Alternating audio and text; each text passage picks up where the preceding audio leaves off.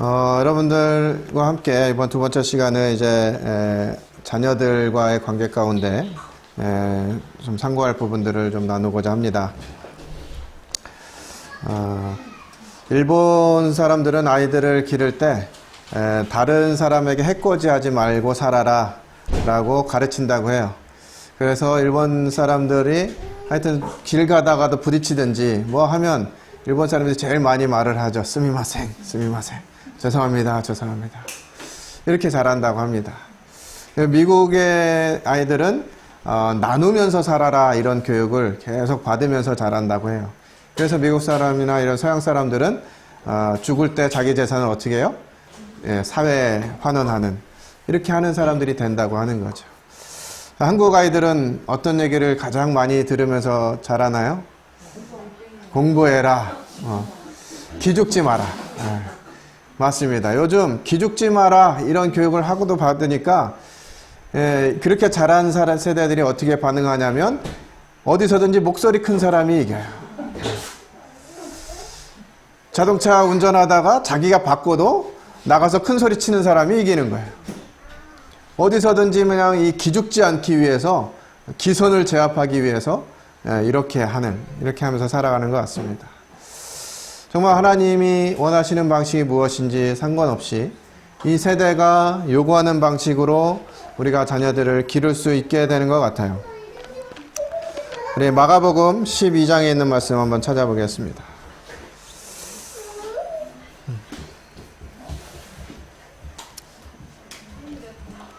마가복음 12장 28절부터 31절까지 같이 한번 읽도록 하겠습니다. 마가복음 12장 28절부터 31절까지입니다. 같이 읽겠습니다. 시작. 서기관 중 한 사람이 그들이 변론하는 것을 듣고 예수께서 참 잡신 줄을 알고 나와 묻되 모든 계명 중에 첫째가 무엇이니까? 예수께서 대답하시되 첫째는 이것이니 이스라엘아 들으라. 주 곧 우리 하나님은 유일한 주시라. 내 마음을 다하고 목숨을 다하고 뜻을 다하고 힘을 다하여 주 너의 하나님을 사랑하라 하신 것이요. 둘째는 이것이니 내 이웃을 내 자신과 같이 사랑하라 하신 것이라. 이보다 더 큰 계명이 없느니라. 예수님께서 이 땅에 오셔서 우리에게 새로운 계명을 주셨습니다. 그것은 사랑하라고 하는 것인데요.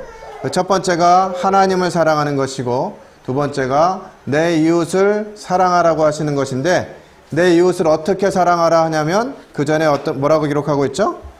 내 몸같이 사랑하라 이렇게 말씀하십니다. 그래서 우리가 이웃을 사랑하는 것은 나를 사랑할 줄 알아야 되는데, 내가 어떤 사람이냐, 내가 어떤 정체성을 가진 사람이냐라는 걸 알 때 나를 제대로 사랑할 수가 있습니다. 우리 한국 사람들이 대부분 자녀들을 기를 때 자기를 기초로 해서 자녀들을 기르는 방향성이 결정되는데요. 한 가지는 내가 못했으니까 너는 해야 된다라고 하는 거예요. 그래서 옛날 부모님들이 나는 못 배웠으니까 내 자식은 배워야 한다 이러면서 그냥 소도 팔고 밭도 팔고 이래가지고 이 자녀들 가르치는 일에 최선을 다하셨어요. 그리고 또 한 가지는 내가 잘했으니까 너도 나처럼 해라 라고 하는 방식의 교육이에요. 그래서 아이의 특성, 아이의 모습 이것은 상관없이 그냥 내가 했던 대로 하면 돼 라고 해가지고 아이에게 내가 간 길을 고집하게 하는 이런 것이 두 가지 방식 중에 하나입니다.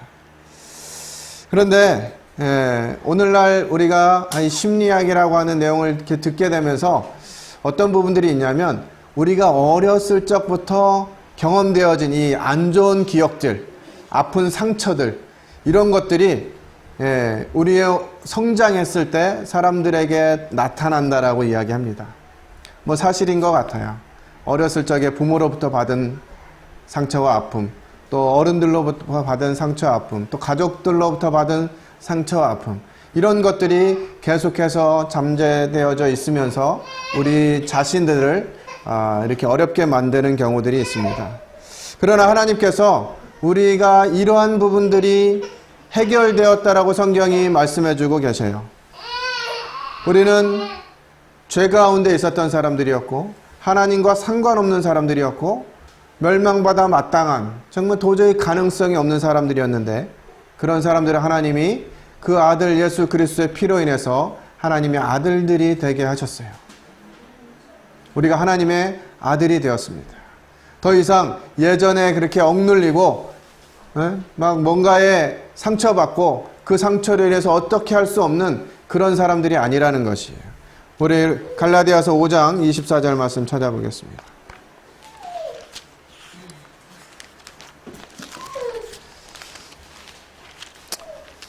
하나님의 은혜를 통해서 우리가 어떤 사람이 됐는지를 아는 것은 이제 자녀들을 어떻게 하나님 앞에 세울 것인지 하는 일에 굉장히 중요한 근거가 됩니다. 갈라디아서 5장 24절입니다. 같이 읽겠습니다. 시작.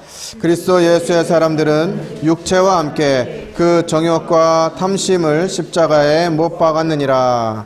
예.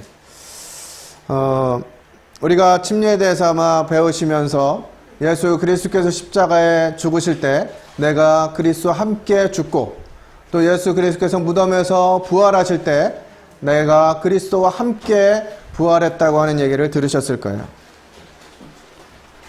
우리가 십자가에 죽을 때 무엇을 못 박았다고 말하나요, 보통? 우리의 이 죄된 몸, 이것을 십자가에 못 박았다고 이해하고 있는데, 이 갈라디아서 5장 24절은 그것과 함께 또 두 가지를 함께 십자가에 못 박았다고 기록하고 있습니다. 그게 두 가지가 뭐죠? 정욕과 탐심이에요. 정욕과 탐심. 여기 나오는 이 정욕이라고 하는 단어는 우리가 이러는 육체적인 정욕 이런 것들을 생각할 수 있는데 이 원어적인 의미로 파데마라고 하는 단어인데요. 고난, 고통, 불행 이런 의미가 있습니다. 그러니까 우리가 과거로부터 쌓여진 이런 고난과 고통과 불행. 옛날에 저런 사람만 보면 저도 참 그런 사람이었어요. 저희 아버지가 그나마 그래도 시골에서는 지식인 집안이어서 저희 집안이 그 진도에서 저희 할아버지가 이제 교장 선생님을 하시고 이런 아주 교육자 집안이었는데 저희 큰아버지죠. 그러니까 첫째 아들이 그때 당시에 이제 연희전문대학을 다니면서 아주 지식인이었어요. 근데 그때 당시에는 이 공산주의 사상이 대학에서 대학 다니는 사람들 또 지식이 있다는 사람들은 이 공산주의에 대한 생각을 많이 했던 것 같아요. 그래서 저희 큰아버지께서 이 대학을 다니다가 이제 방학 때 내려오시면 마을 사람들을 이렇게 불러놓고 이 공산주의 사상에 대해서 이렇게 연설도 하시고 이렇게 하셨던 것 같아요. 그러다가 이제 6.25가 발생을 했는데 그 관계로 인해서 저희 큰아버지가 이제 사상이 불순하다 이래가지고 지목 대상자가 돼서 이제 북한군과 함께 이제 북상하다가 어떻게 되셨는지 잘 모르겠는데 이제 그런 일들을 겪으면서 저희 집안이 그때 당시에 이제 연좌제라는 게 있었어요. 그래서 가족 중에 한 사람이라도 사상이 불순하면 그 집안은 싹 다 사상이 불순한 집안이다 이렇게 해가지고 이 뭔가 공직도 마찬가지고 취직조차도 할 수 없게 만들었어요. 저희 아버지가 시골에 계시다가 서울에 올라오셨는데 그때만 해도 이제 고등학교를 다니는 분들이 많지 않았을 때였는데 저희 아버지가 이제 고등학교를 다니다가 그 일로 해서 중퇴를 하시고 이제 서울로 올라오시게 됩니다. 근데 그 이후에도 이 연좌제가 걸려가지고 저희 아버지가 직장 좀 괜찮은데 이렇게 들어가면 한 2달 정도 있으면 이제 신원조회 이런 게 내려와가지고 바로 잘리는 거예요. 그러니까 저희 아버지가 몸도 이렇게 좀 약하신 분이어가지고 이 지식으로 머리로 이렇게 하는 일을 하셨어야 되는데 그런 일들을 이제 못하니까 할 수 없이 이제 하루 벌어 하루 사는 노동일을 하시면서 살게 돼요. 저희가 형제만 4형제예요. 그러니까 아버지가 이 생활력이 없으니까 아버지는 그냥 일 있는 날은 나가셔서 일을 하시고 끝나면 술 드시고 들어오시면 주무시고 없는 날은 낮부터 술 드시고 주무시고. 그러니까 제가 어린 시절에 아버지의 모습은 그냥 술 드시고 주무시는 모습이 전부였어요. 어머니가 혼자 식당 청소도 하시고 밥도 해주시고 이런 일을 하시면서 저희 형제들을 기르셨어요. 그러니까 제 어린 시절 기억은 아버지에 대한 좋지 않은 기억이 있어요. 그래서 정말 이 무기력한 아버지의 모습을 보면서 제 삶에 있어서 목표도 없고 그냥 뭐 적당히 살아가자. 그리고 이런 일들 때문에 내가 무시당하면 안 되니까 힘을 길러야 되겠다 하면서 어렸을 때부터 싸움을 열심히 하면서 다녔어요. 동네 골목대장이 돼가지고 그런 유년 시절을 보냈기 때문에 가난한 서울에 살았지만 아주 가난한 동네에서 저희 동네를 산동네라고 불렀는데 정말 가난한 그 동네에서 자라면서 참 제 어린 시절은 암울했어요. 그러다가 이제 제가 중학교 2학년 때 예수님을 믿게 되면서 가정에서 받지 못한 사랑, 이 사랑이 뭔지 잘 경험하지 못했던 그런 부분들을 이 하나님의 교회 가운데 들어와서 정말 많은 사랑을 받고 섬김을 받으면서 제 유년 시절에 이런 어두웠던 부분들이 해결되었어요. 아, 정말 하나님 안에 있는 이것이 얼마나 가치 있는 것인지 깨닫게 되면서 제 어린 시절에 그 암울했던 기억들도 점점 사라지고 나중에서 그 후에도 한동안 제 마음을 어렵게 했던 그런 부분들을 나중에 이렇게 아버지를 생각하면서 아버지를 용서하고 그렇게 사실 수밖에 없었던 그 상황들을 이해하게 되면서 아버지를 용서하고 그것에서 벗어날 수가 있었어요. 누구나 이런 아픈 기억들을 하나씩은 있으시라고 생각이 들어요. 그것 때문에 지금도 여전히 그것이 발목을 잡고 무엇인가 하나님께 나아갈 때 하나님께 헌신해야 되는 이 시점에서 나를 더 나아가지 못하도록 하는 영역이 있을 줄 압니다. 그러나 예수 그리스도와 함께 십자가에 못 박힐 때 이 불행과 고난과 이것들이 함께 못 박혔다고 하는 것이에요. 또 어떤 분들은 이렇게 얘기합니다. 내 기질이 정말 다혈질이어서 이것 때문에 내가 주님을 위해서 못 살아. 정말 이 발끈발끈하는 이런 거. 또 어떤 분은 너무 소극적이거나 너무 내성적이어서 말하지 못하는 이런 것들. 여기 그 탐심이라고 기록되어 있는데 이 탐심이라는 말은 에피디미아라는 단어로 충동, 욕망, 갈망 이런 의미를 가지고 있습니다. 그러니까 예수 그리스도께서 십자가에 죽으실 때 이와 같은 것들도 함께 십자가에 못 박혔다고 하는 것이에요. 그래서 우리가 더 이상 하나님께 나아가는데 장애가 되거나 하나님께 나아가지 못하도록 만드는 이런 것들이 십자가에서 이미 죽은 것이에요. 그래서 우리가 이와 같은 부분들을 마음에 굳게 가지고 내가 그동안 하나님이 원하시는 삶에 나아가지 못하도록 하는 이런 정서적인 문제들이 십자가에서 이미 끝났다 하는 사실들을 여러분들이 아실 필요가 있습니다. 그럴 때 비로소 우리가 하나님이 원하시는 부분들을 만들어갈 수 있는 것이에요. 부부관계에서 뿐만 아니라 자녀들과의 관계에 있어서 내 기질 때문에 내 어떠한 부분 때문에 자녀들에게 잘못 가르쳐 줄 수 있고 또 잘못 전달될 수 있고 이런 부분들을 염려하면서 제대로 교육을 하지 못하게 되는 것이죠. 우리가 잘 알고 있는 대로 다윗은 성경이 이 다윗을 표현할 때 하나님의 마음에 합한 사람이라고 기록되어져 있어요. 그러니까 다윗은 정말 이 성경에 기록된 인물들 중에서 특별한 사람이긴 한 것 같습니다.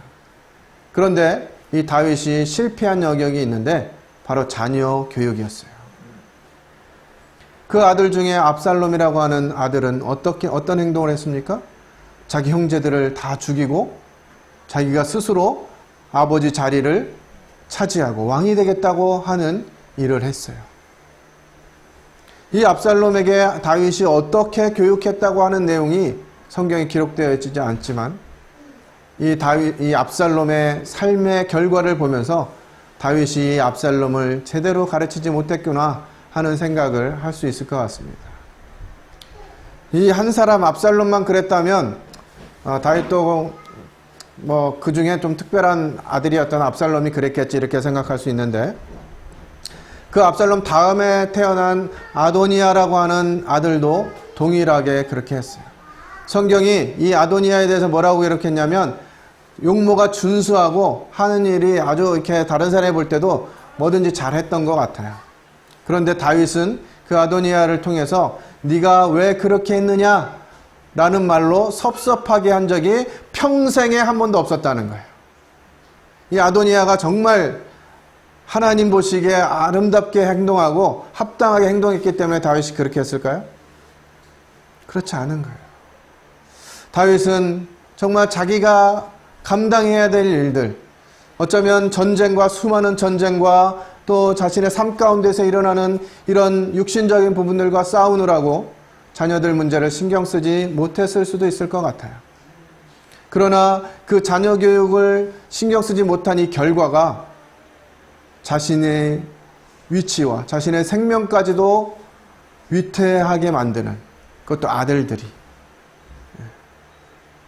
참 너무나 안타까운 결과를 보게 됩니다. 내가 스스로 왕이 되겠노라고 하는. 그래서 이 아버지가 자녀들을 기르는 이와 같은 부분들이 제대로 진행되어지지 않으면 이제 이 자녀들은 아버지의 권위를 넘어서려고 하는 시도를 계속해서 하게 될 것이에요. 그래서 우리는 이와 같은 부분들을 마음에 두고 살아야 합니다. 우리 사무엘상 말씀 읽겠습니다.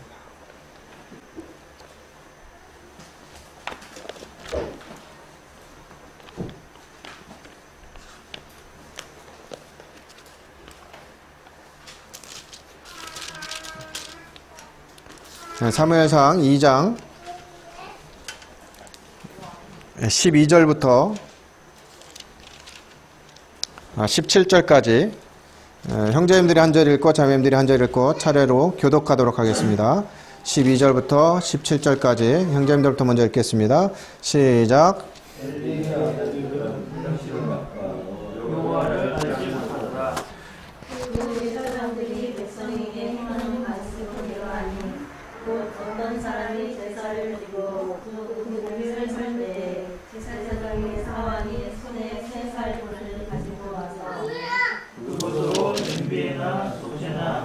큰 솥에나 가마에 찔러 넣어 갈고리에 걸려 나오는 것은 제사장이 자기 것으로 가지되 실로에서 그곳에 온 모든 이스라엘 사람에게 이같이 할 뿐 아니라 제사장의 사원이 와서 제사 드리는 사람에게 이르기를 제사장에게 구워 드리는 고기를 내라. 그가 내게 삶은 고기를 원하지 아니하고 다른 것을 원하신다 하더라. 그 사람이 이르기를 반드시 먼저 기름을 태운 후에 내 마음에 원하는 대로 가지라 하면 그가 말하기를 아니라 지금 내게 내라. 그렇지 아니하면 내가 억지로 빼앗으리라 하였으니 이 소년들의 죄가 여호와 앞에 심히 크면 그들이 여호와의 제사를 멸시함이었더라. 예. 우리가 잘 아는 이 엘리는 제사장의 역할을 하는 사람이었습니다. 하나님을 섬기고 예배하는, 제사하는 이와 같은 일이 이 엘리 삶의 전체였어요. 그러니까 얼마나 항상 하나님을 생각하면서 하나님께 어떻게 해야 될 것인가를 고민하면서 살지 않았겠습니까? 그런데 이 엘리가 잘 못한 부분이 있는데 바로 이 아들들을 교육하는 것이었어요. 한국에서는 자녀들을 가르치고 양육하는 것이 마치 엄마들에게 있는 것처럼 인식되어져 왔습니다. 아버지의 역할은 열심히 돈 벌어서 집에 갖다 주면 되고 자녀들 교육은 부모가 하는. 그래서 혹시 자녀들 중에 잘못된 길로 어긋나는 경우가 있으면 남자들이 보통 뭐라 그래요? 도대체 집에서 애들을 어떻게 가르치길래 애들이 이 모양이냐, 이렇게 하는 얘기를 많이 들어왔어요. 그래서 이런 과정들로 저희들이 성장했고 이런 배경 가운데 있었기 때문에 마치 자녀들의 교육은 자매들에게, 아내들에게 맡겨진 것처럼 인식되어져 있는데 성경은 자녀들을 교육하는 것이 아버지들에게 있음을 말하고 있습니다. 이 아버지가 자녀들을 양육하는, 자녀들을 교육하는 이 일을 포기하게 되면 이 엘리의 가정과 같은 일들이 생기게 되는 것 같아요. 엘리의 아들들은 행실이 나빴다고 이야기합니다. 이것은 사람들을 향해서 죄를 짓는 것이에요. 그리고 여호와를 알지 못하더라고 기록하고 있습니다. 이것은 하나님을 향해서 죄를 짓는 것입니다. 이 엘리의 두 아들들 홈니와 비나스는 사람들에게도 악을 행하였고 하나님께도 악을 행하였어요. 그 아들들의 이 악행이 어땠느냐면, 백성들이 하나님께 제사 드리러 이 제물을 가지고 오면 이 고기를 삶아가지고 삶게 되는데, 그 삶은 것들을 막 갈고리로 딱 찍어가지고 아무거나 올라오면 자기가 갖는 거예요. 원래 이 제사장들에게 주어지는 것은 이 화제를 드리고 나서 뒷다리와 가슴 이런 것들을 이제 제사장이 받게 되는데, 지금 엘리의 아들들은 그걸 받는 게 아니라 아무거나 그냥, 어떻게 하면 이 갈고리로 딱 찍을 때 잘 찍히는 거는 잘 익은 고기인 것 같아요. 어느 부위냐가 중요한 게 아니라 잘 익은 고기, 이거는 빼가지고 자기가 먹는 거예요. 또 심지어는 기름을 태우기도 전에 하나님이 제사를 말씀하시면서 기름을 태울 때 나는 이 냄새를 향기로운 냄새라고 말씀하시면서 여호와께 화목하게 하는 제사다 이렇게 말씀하셨거든요. 이 모든 기름은 여호와께 속한 것임을 상징하고 있어요. 그런데 이 기름을 태우기도 전에 이것들을, 제물들을 가져간 것이에요. 심지어는 사람들이 왜 그래 너? 원래 하나님께 예배 드리고 그리고 나서 네가 가져가야지, 이렇게 바른 소리를 해도 싫다고, 지금 내가 억지로 빼앗는다 막 이렇게 하면서 하나님의 제물을 빼앗아 간 것이에요. 17절에 이것을 명확하게 이야기하고 있습니다. 이 소년들의 죄가 여호와 앞에 심히 크면 그들이 여호와의 제사를 멸시함이더라. 이 하나님을 섬기는 제사장의 집안에서 자라난 이 두 아들들이 하나님의 제사를 멸시하는 이와 같은 행동을 하게 됩니다. 이것은 어떻게 보면 이 엘리의 자녀들의 교육에 대한 결론인 것 같아요. 그가 어떻게 했는지 2장 22절부터 다시 또 기록하고 있습니다. 엘리가 매우 늙었더니 그의 아들들이 온 이스라엘에게 행한 모든 일과 회막문에서 수종드는 여인들과 동침하였음을 듣고 그들에게 이르되 너희가 어찌하여 이런 일을 하느냐, 내가 너희의 악행을 이 모든 백성에게서 듣노라 라고 기록하고 있습니다. 이 엘리가 자기 아들들의 행실을 누구에게 들어요? 백성들에게, 다른 사람들에게 듣는 거예요. 엘리 제사장, 당신 아들들이 이렇게 하고 있습니다라고 듣는 거예요. 이 엘리는 자기 아들들의 모습이 어떤지 살피지 못했던 것 같습니다. 오늘날 한국의 아버지들도 동일한 환경 가운데 많이 처해져 있어요. 아버지는 아이들을 만날 기회가 많지 않습니다. 그래서 어떤 초등학생 아이가 시를 썼어요. 엄마는 나에게 맛있는 것을 만들어줘서 좋고, 냉장고는 맛있는 간식을 보관해줘서 좋고, TV는 재밌는 것들을 보여줘서 좋고, 마지막에 한 줄이 아주 감동적입니다. 그런데 아빠는 왜 있는지 모르겠다. 이 아이들이 아버지로부터 받을 교육과 정서적인 공급을 전혀 받지 못하는 것이에요. 그냥 아버지는 돈 벌어다 주는 기계 정도로 아이들이 인식하고 있어요.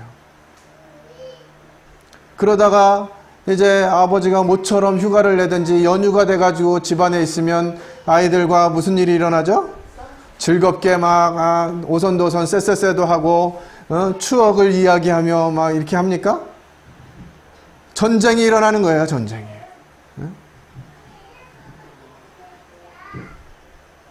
그러면서 이제 평소에는 관여도 안 하다가 뭐 눈에 거슬리는 행동을 한다든지 말을 하면 불러다가 또 이게 따끔하게 교육한다고 일단 패기부터 하죠.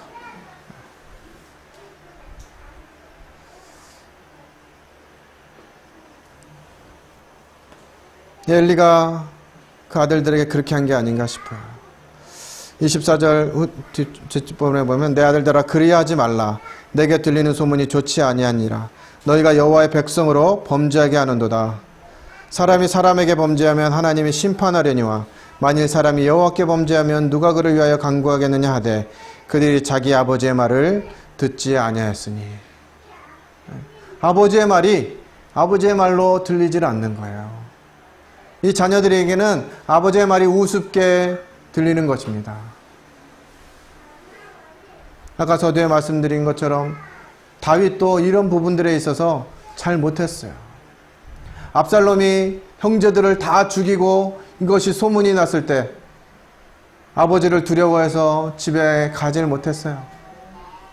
그러다가 수개월이 지나서 이제 다시 집으로 돌아오는데 다윗이 압살롬을 불러서 뭐라고 얘기했나요? 네가 어찌하여 그렇게 했느냐? 이것이 하나님 앞에 죄가 아니냐?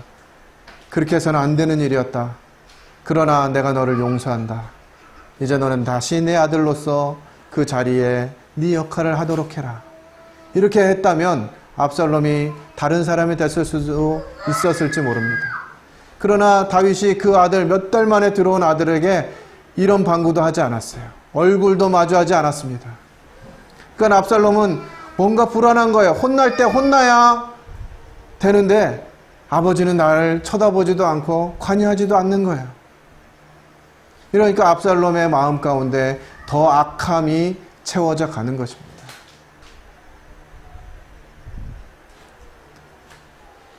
이 엘리 아들들도 그러했던 것 같아요.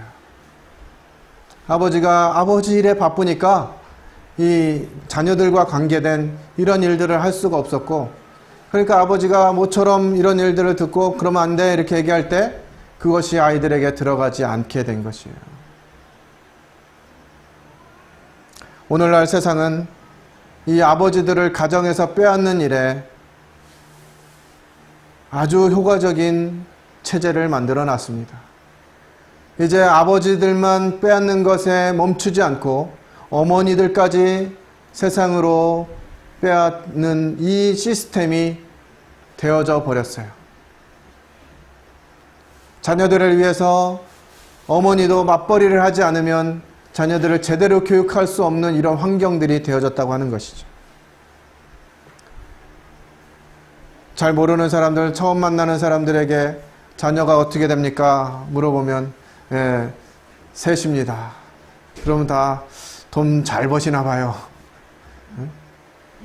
아이가 많은 게 부의 기준이 되어버린. 그래서 오늘날 이 젊은 사람들이 어떻게 합니까? 결혼을 해도 아이를 낳지 않겠다는 사람들.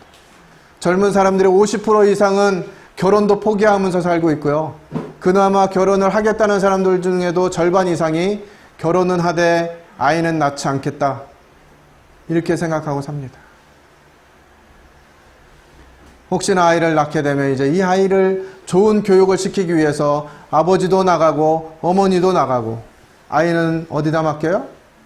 어린이집에, 학원에 이렇게 맡기는 거예요. 그러니까 이 아이를 하나님 앞에 세우기가 너무너무 어려워지는 것입니다.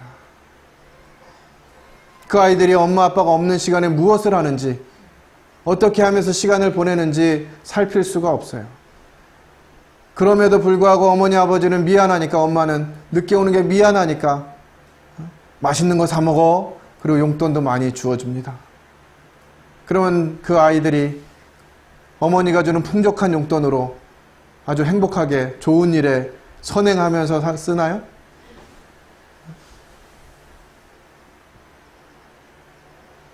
참 안타까운 거예요. 한 2년여 전 얘기인데, 한 지역교회 장로형제의 아들이 고등학교 2학년이 됐는데도 구원을 받지 못하고 계속 상담을 해도 구원을 받지 못했어요. 이 복음 전하시는 분이 이렇게 상담을 계속 하다가 이상하다 뭔가 다른 게 있는 것 같다 싶어가지고, 너 보통 취미 시간에 뭘 하니?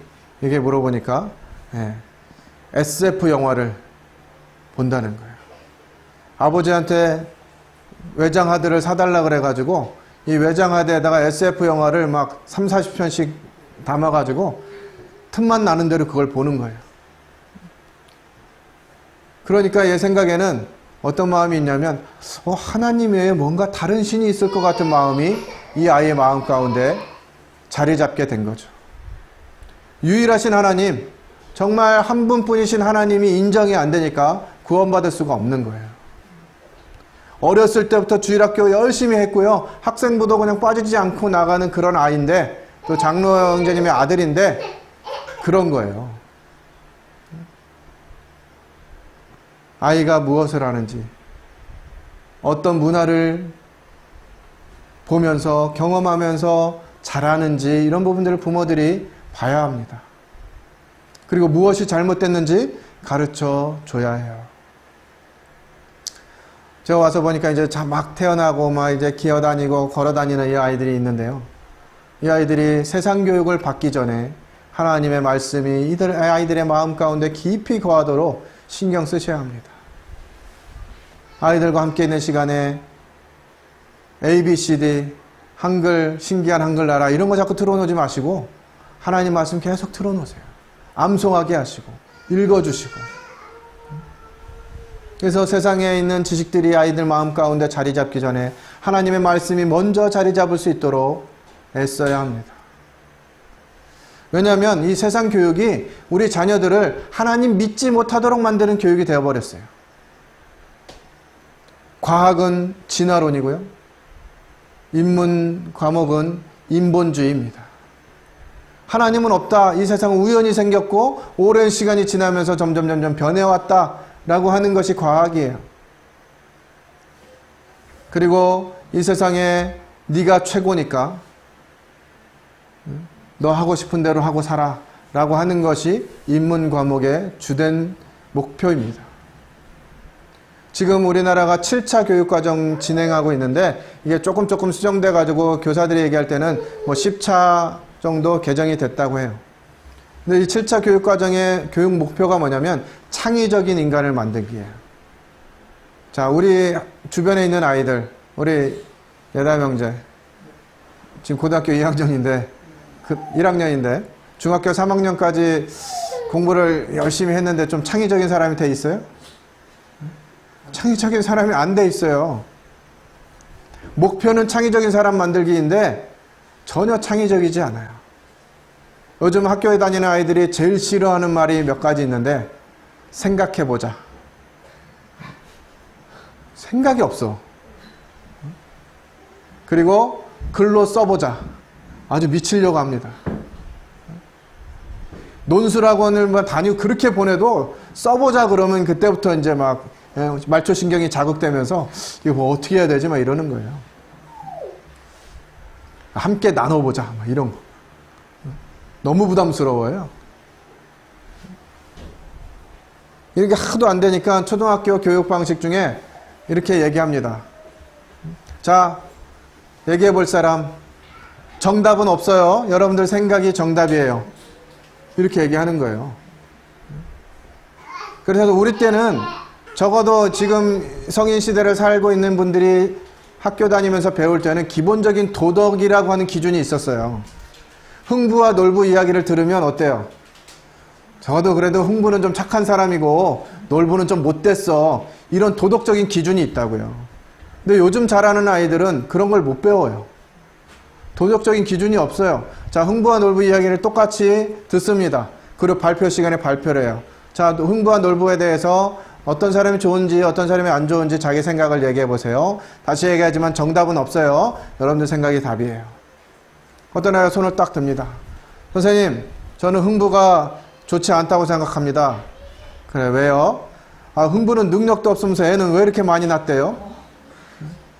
그리고 뭐 밥이 없으면 자기가 일해서 먹을 생각을 해야지 왜 형한테 가서 빌려요? 아, 잘했어요. 박수. 이런 교육을 받고 있다고요. 또 어떤 아이가 손듭니다. 선생님, 전 놀부가 참 좋다고 생각합니다. 왜?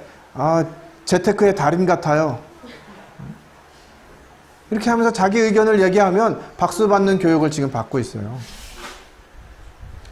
2000년대부터 시작된 S텔레콤, 이게 이제 막 성장하면서 대한민국 70% 이상의 사람들은 S텔레콤을 사용하고 있습니다. 제가 뭐 개인적으로 저도 S텔레콤 쓰고 있는데 개인적으로 뭐 이 회사를 싫어하는 건 아닌데 2010년도에 이 회사에서 CM송, 그러니까 CF송을 만들면서 거기에 가사를 달았습니다. 그리고 지금도 우리가 통화를 하면 연결음이 들려요. 띵띵 띠링띵 이런 소리 들리죠. SK끼리 통화하면 그 음이 나오는데 여기에 가사가 붙어 있죠. 띵띵 띠링띵 여기에 가사가 붙어 있어요. 뭐죠? 네, 생각대로 T. 네. 그러니까 이게 탁 들으면서 아무 생각 없이 우리는 통화하고 이렇게 하지만 그 음이 들릴 때 아이들의 생각 가운데 생각대로 해. 그게 답이야. 라고 하는 인식들이 자연스럽게 스며들고요. CF송에서 그렇게 나오는 거예요. 생각대로 해. 그게 답이야. 그게 정착이 되니까 그 다음 S텔레콤에서 나온 게 뭐냐면 이상하자였어요. 이상하자. 시리즈로 10편인가 12편인가 이렇게 CF가 나왔는데 다 이상하자는 거예요. 조선시대 여인이 이렇게 둘레를 하고 있다가 요거 한번 신어보시렵니까? 뭐 이게 뭔데요? 뭐 그럼 자존심을 높여주는 거라고 할까요? 그래서 이제 구두를 딱 신으면서 샥 이렇게 벗고 나면 아주 야한 옷차림으로 자기의 자존심을 높여주는 그래서 이상하자 막 이러면서 노래를 불러요. 그때부터 애들이 이상해지기 시작한 것 같아요. 정말 이상해졌어요. 최근에 우리 영화 뉴스를 통해서 듣잖아요. 중학교 2학년 여자아이들이 친구를 그냥 피투성이가 되도록 해가지고 그걸 또 사진 찍어가지고 친구들한테 자랑해요. 이상하지 않습니까? 이 세상이 우리 자녀들을 이렇게 지금 만들어가고 있다고요. 이 세상 제도가 우리 아이들을 하나님으로부터 멀어지게 만들고 있다는 것이에요. 그런데 아이들 교육은 학교에다 다 맡겨버리고 나는 그 아이를 위해서 돈만 벌면 돼 라고 하는 이런 가치관 속에서 살아가고 있다고요. 참 안타까운 소식들이지만 제 마음 가운데 최근에 이런 마음이 들었어요. 아예 더 잔악하고 더 잔인한 소식들이 막 쏟아져 나와가지고 이런 식으로 교육하면 안 되는 거구나 라고 하는 것들을 막 사회 전반적으로 좀 일어났으면 좋겠어요. 자기 자식 귀하게 잘 키워보겠다고 돈은 열심히 버는데 아이들은 점점 망가져가고 있잖아요. 정말 어떻게 어디까지 갈지 모르겠어요. 그런데 우리가 말씀을 가진 우리가 성도들이 그들과 똑같은 교육 가운데 내 아이를 내어놓고서 전혀 긴장감 없이 살아간다고 하는 것이죠. 내 가정에서 내 아이가 잘 자랐는지 안 자라는지 말씀을 제대로 받았는지 안 받았는지는 초등학교 2학년 되면 딱 판가름이 납니다. 혹시 있나요? 초등학교 2학년 학부모? 아직은 없으신 것 같아요. 초등학교 2학년 정도 되면 이제 학교에서 가르치는 교과 내용이 성경 내용과 너무 다른 내용들이 많아요. 그래서 아이들이 2학년 정도 되면 2학년, 3학년 이때 되면 학교 갔다 와서 엄마 아빠에게 물어야 돼요. 엄마, 오늘 학교 가서 이런 거 배웠는데 그동안 교회에서 배운 거랑 엄마 아빠한테 배운 거랑 너무 달라요. 예를 들면 이제 동물들이 진화했다 뭐 이런 거. 진화 뭐 이렇게 해가지고 이제 뭐 그 화석 이야기가 초등학교 2학년 때부터 나오거든요. 화석은 짧은 시간에 급격한 변화, 노아의 홍수와 같은 이런 걸 통해서 생기는 것인데 이 과학은 오랜 시간 걸려가지고 쌓이고 시체가 탁 죽으면 동물의 시체가 죽으면 그 위에 쌓여가지고 그게 화석이 됐다고 가르쳐요. 썩는 게 빨라요? 쌓이는 게 빨라요? 동물이 하나가 죽으면 그 동물이 오랜 시간이 거쳐가지고 거기에 아무런 변화도 없이 뭐 흙 쌓이고 막 비 오고 물 내리고 막 이래가지고 점점 쌓여가지고 아무런 변화 없이 쌓이는 게 가능하겠어요. 보통은 그냥 며칠 만에 썩잖아요. 한 번만 생각해봐도 그게 답이 아니라는 걸 아는데 학교는 그렇게 가르치는 거예요. 초등학교 5학년 과학 내용에 나온 얘기를 제가 보고서는 정말 웃지 않을 수가 없었어요.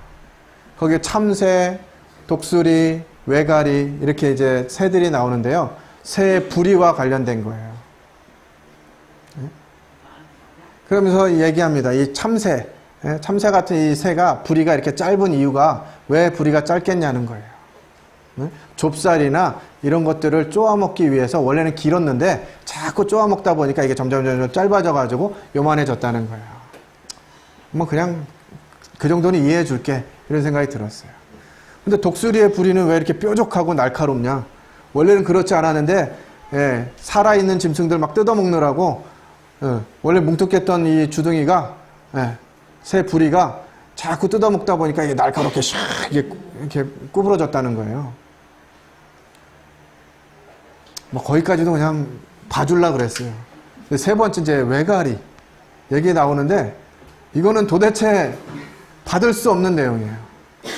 왜 외가리 부리가 이렇게 길어졌냐고 하는 내용의 설명이 뭐라고 되어 있냐면 외가리가 머리를 물속에 집어넣지 않고 물속에 있는 물고기를 잡아먹기 위해서 부리가 길어졌다 이렇게 기록되어 있어요. 아이들이 초등학교 아이들이 학교에서 배우는 내용이 원래는 짧았는데 이 외가리가 밖에서 본 거죠. 아, 저 물속에 있는 물고기 저거 먹고 싶은데 어떻게 하면 저걸 먹을 수 있을까? 이거 한 번에 물을 넣어본 거죠. 물속에다 머리를 넣어봤더니 이렇게 돼가지고 이거 안 되겠는데? 이 머리를 그냥 집어넣으면 내가 죽는구나. 어떻게 하면 좋지? 막 연구를 한 거예요. 그리고 어느 날부턴가 부리에다가 힘을 주는 거죠. 막. 길어져라. 난 저 물고기를 먹어야 해. 길어져라 했더니 부리가 길어졌다. 그래가지고 머리를 물속에 집어넣지 않고도 물속에 있는 물고기를 잡아먹게 됐다. 요런 내용이 교과서에 기록되어 있어요. 근데 더 무서운 것은 이제 이 과학 교과서를 융합 교과서라 그래가지고 우리 이제 예다하면 이제 배우고 있을 텐데 옛날에는 화학, 물리, 생물, 지구과학 다 따로 있었거든요. 지금은 고등학교 이 과학을 융합교과서라 그래가지고 모든 과목을 다 통합했어요. 그리고 통합한 융합교과서의 지침, 이것이 뭐냐면 진화론을 이해할 수 있도록 가르치는 게 목표예요. 근데 그 표현에 어떻게 되어 있냐면 진화론을 이해할 수 있도록 가르친다 이렇게 되어 있지 않고요. 진화가 된 것을 논리적으로 설명할 수 있다. 이렇게 이제 교육 목표가 돼 있어요. 그러니까 진화론이란 말도 안 들어있고요. 진화가 마치 사실인 것처럼 아이들에게 가르치도록 교과서가 그렇게 돼 있다고요. 그러니까 우리 아이들이 정상적으로 초등학교 6학년, 중학교, 고등학교 12년을 교육을 받고 졸업하면 하나님은 없다, 내가 최고다라고 하는 인식이 딱 심겨지는 게 지금 교육의 체제예요. 그래서 여러분들이 아이들의 교육을 학교에 맡겨서는 하나님을 대적하는 아이로 자라게 할 확률이 99%예요. 가정에서 하나님 말씀을 가르치지 않으면 정말 하나님의 축복의 공간이 되어야 하는 이 가정이 하나님을 대적하고 깨어지고 정말 바람직하지 않은 모습이 되게 된다고요. 하나님께서 이 엘리의 집에 이제 저주를 말씀하십니다. 2장 27절부터 제가 좀 빨리 읽겠습니다. 하나님의 사람이 엘리에게 와서 그에게 이르되 여호와의 말씀에 너희 조상의 집이 애굽에서 바로의 집에 속하였을 때 내가 그들에게 나타나지 아니하였느냐. 이스라엘 모든 지파 중에서 내가 그를 택하여 내 제사장으로 삼아 그가 내 제단에 올라 분향하며 내 앞에서 에봇을 입게 하지 아니하였느냐. 이스라엘 자손이 드리는 모든 화제를 내가 내 조상의 집에 주지 아니하였느냐. 그러니까 이 엘리의 집안이 하나님께 선택함을 받아서 하나님께 드리는 이 제사의 역할을 감당하는 집안이었다는 거예요. 28절부터 보면 너희는 어찌하여 내가 내 처소에서 명령한 내 제물과 예물을 밟으며 내 아들들을 나보다 더 중히 여겨 내 백성 이스라엘이 드리는 가장 좋은 것으로 너희들을 살지게 하느냐. 여기 말씀하십니다. 네 아들들을 나보다 더 중히 여기. 엘리가 이 아들들을 하나님 경외하는 것보다 더 중하게 여긴 것이. 그래서 자기 아들들에게 상처 주는 말이나 자기 아들들에게 섭섭하게 하는 말을 하지 않은 것이에요. 성경은 이와 같이 하나님보다 더 중히 여기는 이것을 우상 숭배라고 가르치고 있습니다. 십계명의 제 두 번째 계명이 바로 이것이에요. 우상을 만들거나 절하지 말라. 하나님의 형상으로 만들어서 그것이 하나님인 양 섬기고 있다고 하는 것이죠. 오늘날 부모들의 모습이 마치 자녀가 하나님인 것처럼 그를 섬기면서 하나님 경외하기보다 내 자녀가 잘 되기를 기대하는 거죠. 내 자녀가 잘 된다면 나는 어떤 희생도 감수할 수 있어. 이렇게 하면서 애쓰는 것이에요. 그리고 내 백성 이스라엘이 드리는 가장 좋은 것으로 너희들을 살지게 하느냐. 하나님이 우리에게 여러 가지 자원들을 주셨습니다. 물질도 주시고 시간도 주시고 재능도 주셨어요. 이것이 누구 것입니까? 하나님의 것이에요. 하나님의 것. 그래서 하나님이 보시기에 합당하게 사용되어져야 하는 것이에요. 특별히 물질. 내 자녀들을 위해서라면 뭐든지 사주는 거죠. 아이들에겐 누가 하나님입니까? 엄마 아빠가 하나님이에요. 왜? 말만 하면 다 나오니까. 말만 하면 다 나오니까. 아이들한테 노 하지를 않아요. 장난감이 똑같은 장난감이 몇 개나 있어도 또 새로 나온 거 사줘 하면 사주는 거예요. 그렇게 하는 것이 내 아이의 기를 죽이지 않고 내 아이에게 자신감을 심어주는 거라고 생각하는 것이죠. 왜 한 번쯤 하나님께 묻지 않으십니까? 하나님, 내 아이가 이 장난감을 사달라고 하는데 이걸 사줘도 됩니까? 라고 왜 묻지 않아요? 제 아이가 자랄 때 4살이었는데요. 그때 이제 훈련원에서 이렇게 좀 공부하는 시기가 있었는데 그때 비슷한 또래의 아이들이 한 4가정 정도 있었어요. 근데 이렇게 그 아이들이 다 자전거를 가지고 있었습니다. 저희 아이만 없었어요. 그러니까 이제 다른 아이들이 자전거 타면 그냥 옆에 서가지고 구경하든지 그 친구 뒤에 이게 타가지고 이렇게 다니는 거예요. 제 마음 가운데 좀 안타까움이 있었어요. 우리 아들만 자전거가 없네. 어떻게 할까? 사줘야 되나 말아야 되나. 근데 주님이 혹시 여기 대해서 답을 하지 않으셨어요. 기도해야 되겠다 생각하고 있었는데 어떤 자매님이 그런 모습을 또 보셨나 봐요. 그러면서 이 자매님 생각이 다른 아이들은 다 자전거가 있는데 경성이만 제 아들만 자전거가 없으니까 너무 좀 안 돼 보인다고 자기가 사주고 싶다고 이렇게 말씀하시는 거예요. 근데 필요가 있으면 하나님 공급하실 거예요. 내가 하지 않아도. 그래서 기도하면서 제 아이에게 이제 사주신다고 하는 얘기를 들었지만 이것도 바로 주는 것이 이렇게 좋지 않을 것 같아서 아이에게 물어봤습니다. 용성아, 너 다른 아이들은 다 자전거가 있는데 너는 자전거가 없어서 어때? 아빠 나도 자전거 있었으면 좋겠어요. 그러더라고요. 그래? 그럼 기도하자. 하나님 주시도록 기도하자. 그래 함께 기도했어요. 하나님, 다른 친구들 자전거가 있고 그런데 경서에만 자전거가 없어서 하나님께서 필요하시다면 하나님께서 자전거 주셨으면 좋겠어요. 기도하고 이제 며칠 있다가 이 자매님이 자전거를 사오셨는데 그거를 그냥 주기보다는 다시 한번 기도하자 이렇게 해가지고 이제 차 안에다가 자전거를 이렇게 넣어놓고 아이와 함께 기도했습니다. 하나님이 우리 지난번에 기도했지 하나님 자전거 주시는지 안 주시는지 한 번 더 기도하자. 그리고 이제 기도하고서 아이를 차로 딱 데려가가지고 트렁크를 딱 열었는데 거기 자전거가 딱 있는 거예요.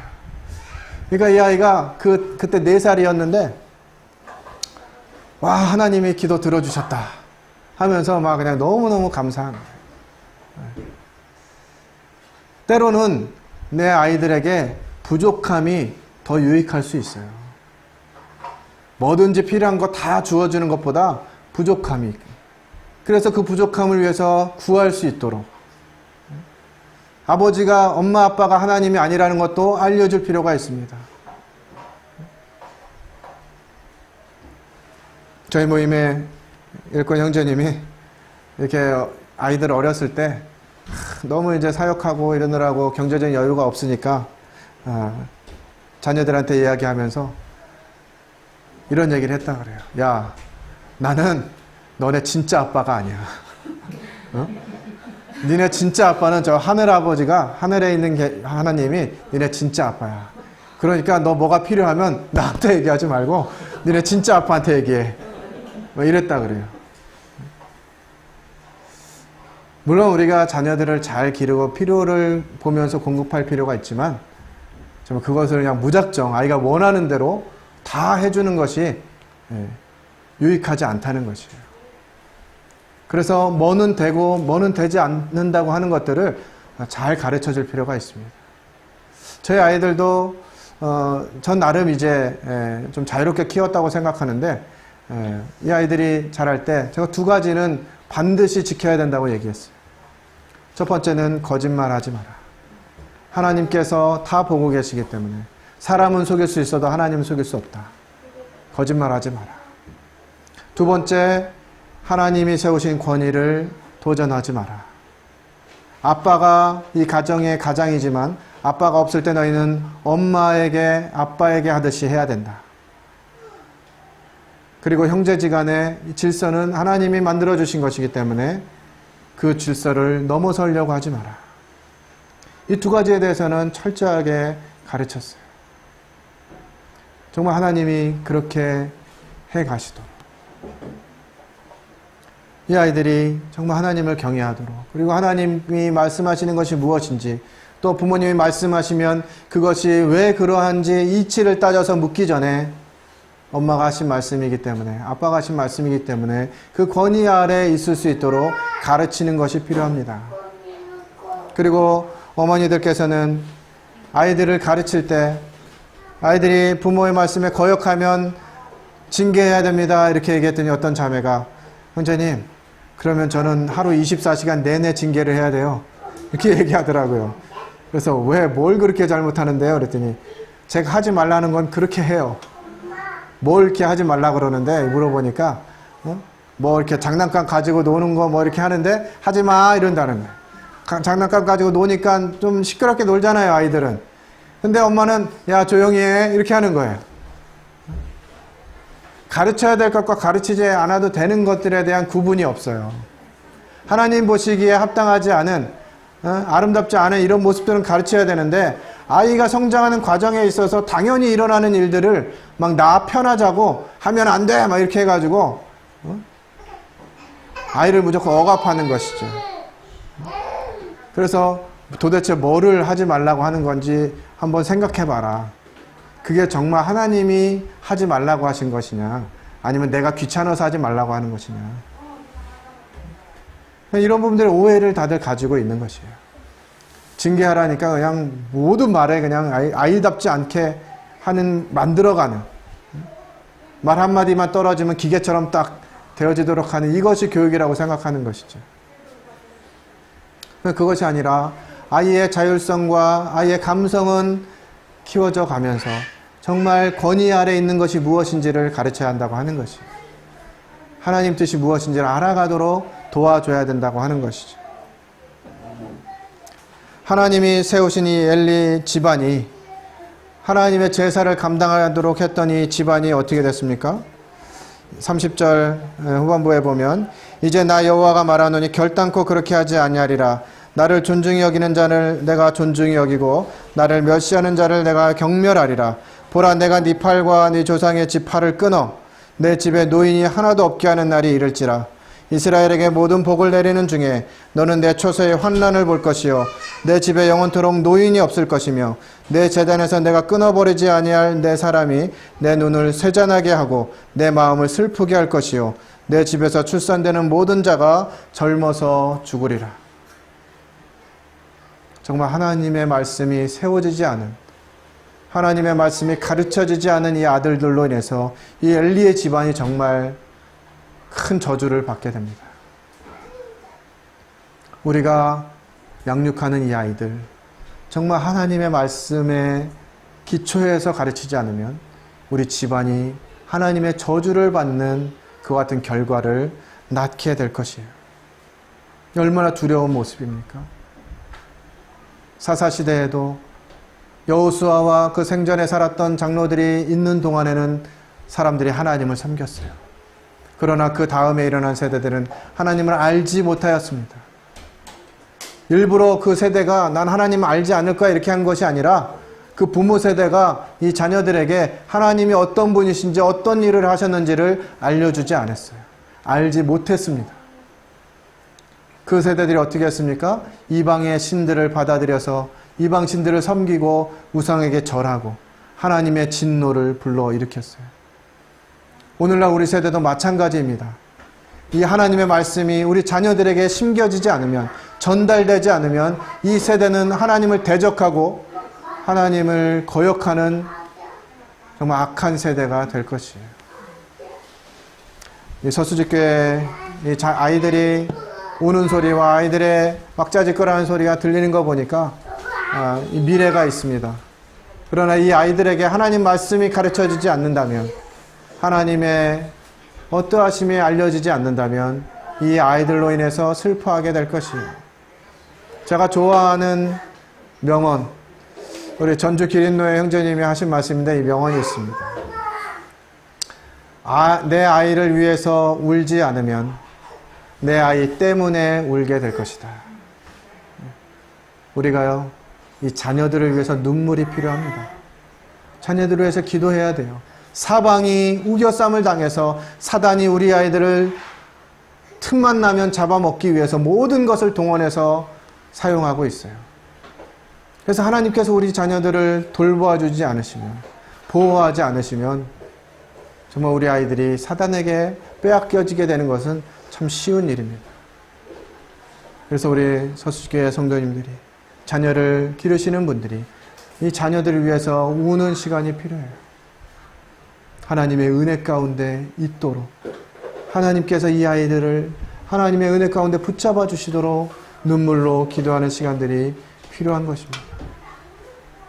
이 시간을 갖지 못하면, 우리 삶에서 아이들을 위해서 우는 시간이 없어지면 어느 순간에 아이 때문에 울게 되는 순간이 오게 될 것입니다.